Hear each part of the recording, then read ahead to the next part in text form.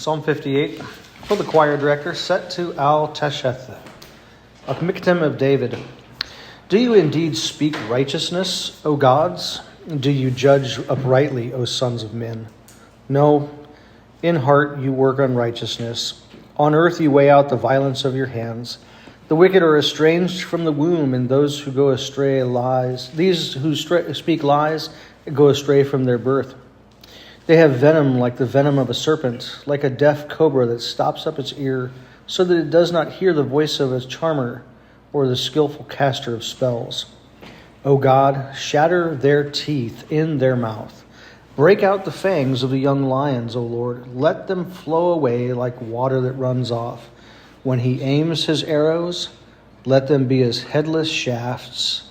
Let them be as a snail which melts away as it goes along, like the miscarriages of a woman which never see the sun.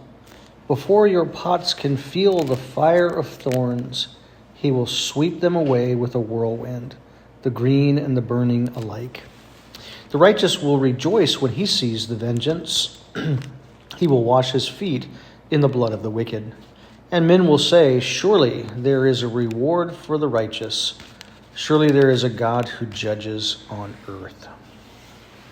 This is one of three psalms that are mentioned here, 57, 58, and 59, that are set to Al-Tasheth, which basically means do not destroy. It must be some special song arrangement. But as I read through this one, you could tell where David was at in Psalm 57 because it mentions it. And in Psalm 59, which we haven't got there yet, it also mentions where David is at. But in this one, we don't know where David's at. But he's thinking about, maybe it's just because I've been in the book of Revelation and teaching through it, I hear the wrath of God. And it's like God is speaking, or maybe even David, and he's saying, do you speak righteousness, O gods? The word there is Elohim. It could be referring to the gods of men. It probably is referring to those. Congregation. Congregation. Well, this one would be mighty ones or judges. It could be that. But if we went with yours, King James, right? We'll go with that. O congregation, O judges, O mighty men. Do you speak righteousness? It's a rhetorical question. Do you judge uprightly, O sons of men?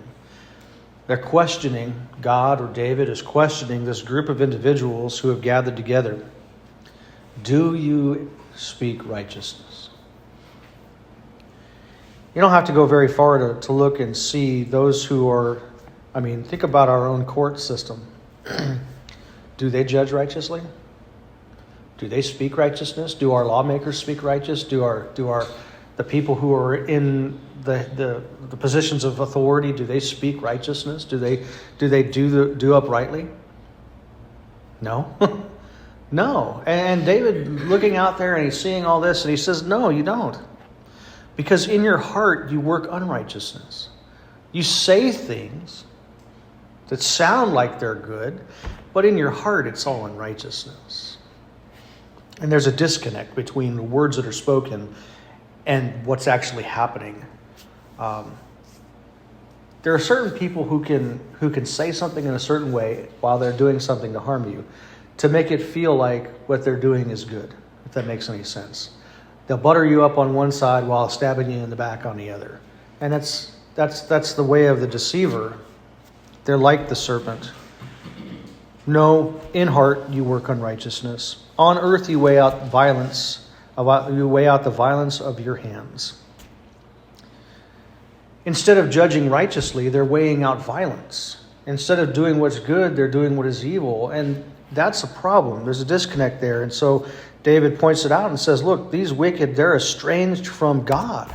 They're estranged from righteousness from birth, from the womb. And really, that's the sole condition of every man, woman, boy, and girl that comes into this world. We're born dead in our trespasses and sins. We need salvation.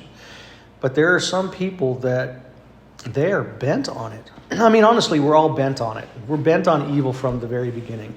And were it not for the Lord interacting in our life and bringing us to repentance and faith, we could never pursue the Lord anyways. But there are many who, like, you just look at them and go, what's wrong with that person? Why are they like this? And it seems like all the way from their birth, they've been like that. And you can see a track record of it. They're not turning to the Lord. They're not following him. It says the wicked are estranged from the womb. They're estranged from righteousness. They're estranged from God. These who speak lies go astray from birth. I guess that's why it's important for us when we're raising children or we're interacting with grandchildren, or maybe you were a teacher or something. It's a whole lot easier to mold the life of a young person into thinking in righteous ways than it is to leave them to their devices and try to go back years later and fix the problems that show up. Teach them right to begin with so they don't end up down the wrong paths. Then it'll save them from a world of hurt, and maybe they won't do some of the things that they do when they get older. But if you let your kids do whatever they want to do, and there's no punishment, there's no discipline, there's no teaching of what's right and what's wrong, they will naturally flow to that which is evil. That's the core of the human heart. So they're just going to run after that. They need instruction. Kids don't come here pre-programmed for anything other than selfishness. They want their own way. That's the human condition. So we need to teach. We need to show. We need to help people understand. Well, David was looking at these individuals, and they weren't speaking righteous. Their heart was wickedness. They were practicing those things, and they were just speaking lies. Their words were like venom of a serpent. We've all met people like this. Now, I've never wanted to go play with a cobra or anything like that, but I'm sure you've probably seen a snake charmer, with the little. All right, so what would happen if that serpent just decided to go? It happens. Every now and then I see videos of people who are like, here's my friend, and they got like this big python around their neck, and I'm like, he's getting comfortable. He's sizing you up because you're his next meal. And that, unfortunately, that does happen. But you can't control a serpent. You can't. So I know some people are skilled at, the charming of a snake. But if it stopped up its ears, and it just decided to, boop, the venom is going to, it goes deep. The venom of that serpent goes deep. It's the original sin. It's the sin of that Satan put into this world when he deceived Eve. They speak lies. The venom is a venomous lie, and they're seeking not just to lie to you, but to totally destroy you and consume all you are, so that it does not hear the voice of a charmer or skillful caster of spells. They're like that. Think about the worst serpent that you could think of. Maybe it's like a lizard or something that you don't like. Or whatever it is, whatever your thing is. Maybe it's a Komodo dragon or whatever. They're out there trying to destroy. What can you do for those folks?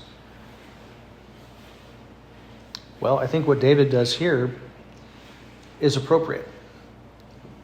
He sees them, he notes them, describes who they are and what they're like, and then he turns to the real God, to the true God, and says, God, shatter their teeth in their mouth.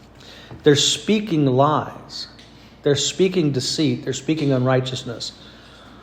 Sock them in the jaw, Lord. Break their teeth. I can remember as a young man saying some things that I shouldn't have said and getting punched for it. I think that's something that many people have not gone through, but they should have. Because it teaches them to not say certain things. I'm not advocating violence, but there's a point in time where you have to say, okay, look, there are consequences to your actions. And so David's praying. There's a lot of prayers that David prays in Psalms that are very, very much, hey, God, pour out your violence, pour out your wrath. Do what only you can. And David, maybe he's over there going, I wish I could do it. I'd like to punch him. I mean, we probably have all of us have probably had that thought in our mind at some point. But he calls out to God. God, you do it. You shatter their teeth in their mouth. Break the fangs. Break out the fangs of the young lion. They're trying to devour. They're trying to destroy. They're trying to bite. Words matter. I know they say sticks and stones don't break bones, but words will never hurt you. That's a lie. Once you speak something, you can't take it back. And I think all of us have said things that we regret. The difference here is that these people who were speaking lies had no regret about it. And David was asking the Lord to work in that, to intercede. Let them flow away like water that runs off. Break their teeth so much they just shatter and they just kind of fall out of their mouth. And they ain't got no teeth no more. When he aims his arrows, let them be as headless shafts. So when that person aims their words of derision to hurt, may they be like an arrow that doesn't have an arrowhead on it. It won't do any damage. It doesn't go where it's supposed to go. It just kind of falls flat. Let them be as a snail which melts as it goes away. And you can think about this. The snail is just kind of slowly going along. They're trying, these evil people are trying to cause harm, but David is asking God to make what they're doing not reach the goal intended. So instead of being quick to destroy, those words they're out the mouth, they ain't got no teeth to it, and it just slowly fades away, and then it becomes nothing. Snails aren't too quick. And then, of course, like a miscarriage of a woman that never sees the sun. And he's just using these metaphors and saying, God, let it be like that. Let it be ineffective. Let it be gone before anybody can feel the pain. Let it come to nothing. Let these people who are speaking lies and speaking words of unrighteousness, let their words just be of no effect whatsoever. God can do that. The best that we can do is get mad about it and maybe say the wrong things, but we can't control people like, God is sovereign over all of creation. He can make the good spread quicker than the bad. You turn on the news, what are they talking about? It's all bad things, right? You'll rarely ever see a good news story.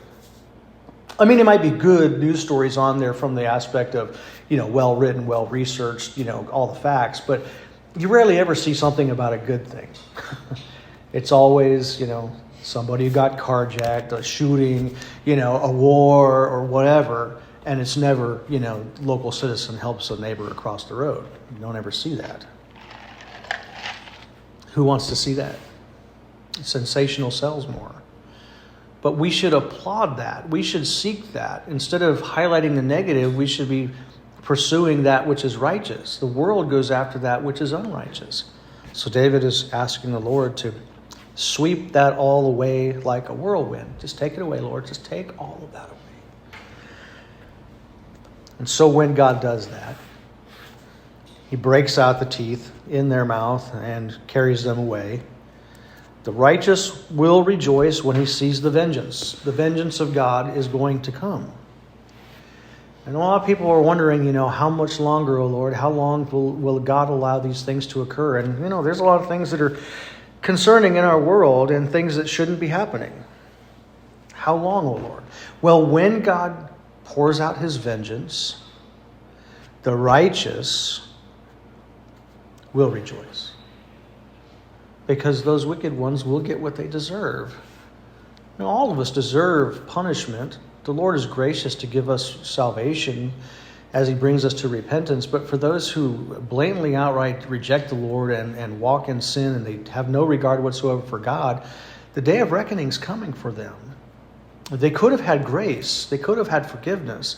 Yet they insisted on walking in their sin, and the Lord will pour out judgment in that day, and God will wash his feet in the blood of the wicked. And we look at that in the book of Revelation where Jesus treads the winepress of his fierce wrath alone, and the blood is up to the horse's bridle for 200 stadia. That is a vicious day of vengeance.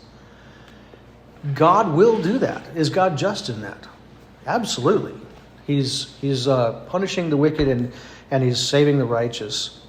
God will wash his feet in the blood of the wicked. The righteous will rejoice. Men will say, well, in that day, surely there's a reward for the righteous.